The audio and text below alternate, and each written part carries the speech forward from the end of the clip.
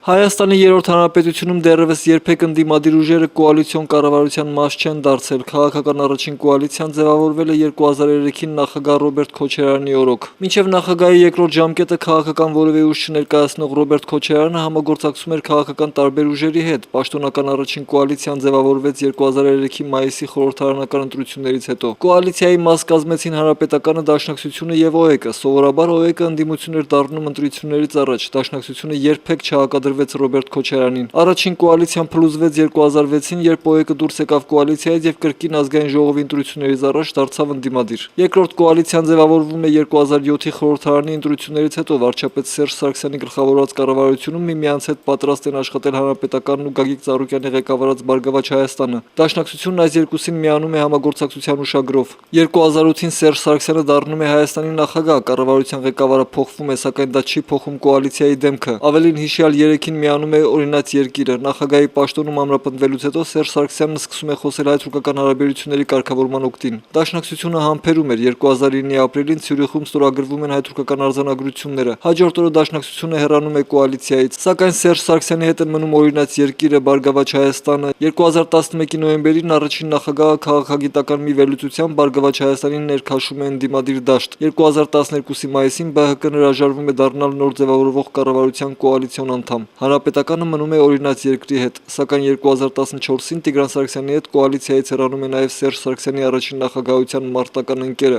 օրինաց երկիրը։ 1995-ից ի վեր Հայաստանում չէր եղել այնպես, որ իշխանությունն իրականացնի միայն մեկ քաղաքական ուժ։ Հանրապետականը 2014-ին դարձավ այդ ուժը։ Սահմանադրական բարեփոխումների վերջին հանրաքվեից հետո Դաշնակցությունը մտադրություն է հայտնում կոալիցիա կազմել Հանրապետականի հետ։ Հանրապետական խմբակցության ղեկավարը շտապում է հայտարարել. նախապայմանները թելադրելու ենք մենք։